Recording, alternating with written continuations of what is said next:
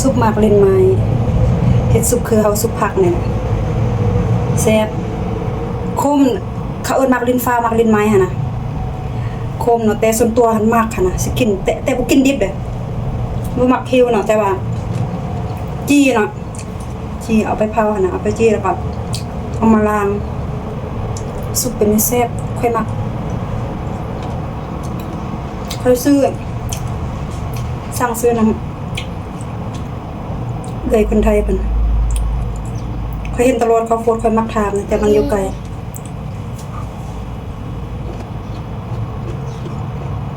แซ่บบ่คมมักอันคมหั่นน่ะอันนี้มันคมพอดีเสร็จเฮาจี้เนาะคนไทยเอิ้นเผานะเฮาจี้แล้วเฮาก็ไปล้างอ่ะมันสิดำๆเฮาล้างเอาออก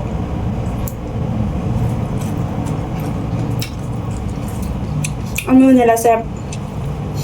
สุกผักเอามือแซ่บสุดสุกผักตำมะฮุ่งอ่ะเครื่องก็สิลายเพราะว่าผัก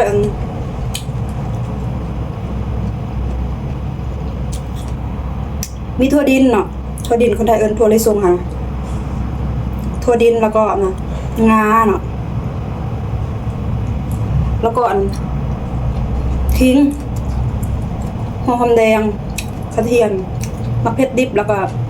มะเขือแห้งอ่ะนะคั่วนำกันต้องมีมะเขือดิบแดงมะเขือแห้งเลยค่ะนะเข้ากัน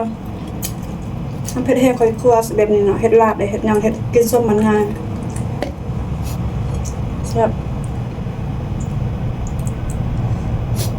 ใส่ขิงหั่นใส่ลายๆเด้อเฮ็ดซุปหน่อยบ่ว่าสิเฮ็ดซุปผักเฮ็ดซุปหยังหั่นน่ะใส่ขิงใส่ลายๆถ้าซุปซุปผักลาวให้แซ่บๆอีหลีต้องใส่หัวข่านำพี่น้องหัวข่าอ่อนๆหั่นหั่นแล้วคั่วน้ำขิงคั่วปนกันหั่นเพื่อความแซ่บผักนอกเนาะผักนอกน้อยๆค่ะผักอ้วนอันนั้นผักนอกแนกว่าผักอะไรยังแต่ก่อนค่อยบ่ฮู้ดอกค่อยฮู้แต่ว่าผักนอกหันกระจกมีหมู่คือนะผักนอกแนกเขายังงงอยู่เดี๋ยวมาเข้าใจว่าโอ้ผักนอกแนกก็คือผักนอกน้อยหั่นคนไทยเอิ้นใบบัวบกเนาะ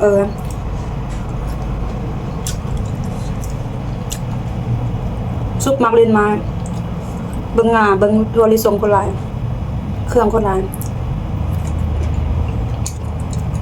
ฮ้อนคนคือสิตกน่ะเสร็จปลำปลือ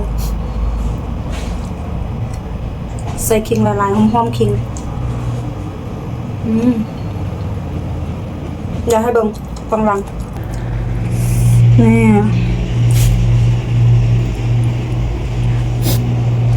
คักๆเสียดายเนาะใส่น้ำปลาแดกหน่อยนึงค่ะนะแห้งแซ่บแต่ว่าพอบ้านเพิ่นก็มักกินน้ำแต่ก่อนเพิ่นบ่มักอันคมน่ะเฮามักกินแล้วเพิ่นก็เลยกินน้ำเฮามักกินแบบมะระเนาะ